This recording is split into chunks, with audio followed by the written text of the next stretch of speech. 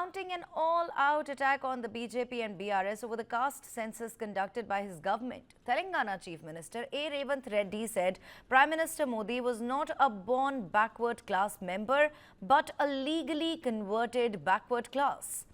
Speaking at Gandhi Bhavan, Reddy alleged that Modi belonged to an upper caste until 2002 and only included his caste in the backward caste list after becoming Gujarat's Chief Minister. Reddy also claimed he has thoroughly checked his caste history. This is not a vague claim. Take a listen.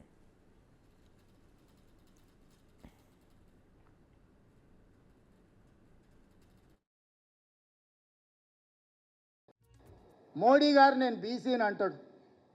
Modi గారు వాస్తవంగా BC కాదయా, legally converted BC.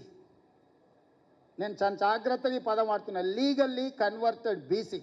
2001 వరకు ఆయన ముఖ్యమంత్రి కానంత వరకు ఆయన కులము గుజరాత్ రాష్ట్రంలో ఉన్నత వర్గాలలో ఉండే.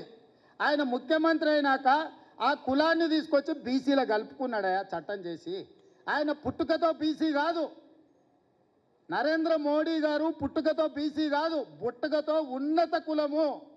కానీ 2001లో ఆయన ముఖ్యమంత్రి అయిన తర్వాత ఆయన కులాన్ని తీసుకొచ్చి బీసీ కులాలలో కలిపి మీ దాంట్లో ఇత్తేసి పొత్తుగూడిండు. ఇక మీ ఇష్టం, ఆ పైన మీ ఇష్టం. ఆయన కుర్చీలో నేను బీసీని ఉన్నా కదా మీకు అందరికి ఎందుకు అంటుండు. ఆయన సర్టిఫికెట్ ఈరోజు బీసీ ఉండొచ్చు కానీ మనస్తత్వం మాత్రము బీసీల వ్యతిరేక మనస్తత్వం.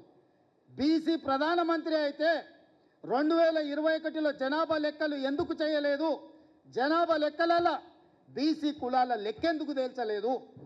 ఇవాళ 2025లో బీసీ లెక్కలు మొత్తం జనాభా లెక్కలు కడతాం అంటుండు.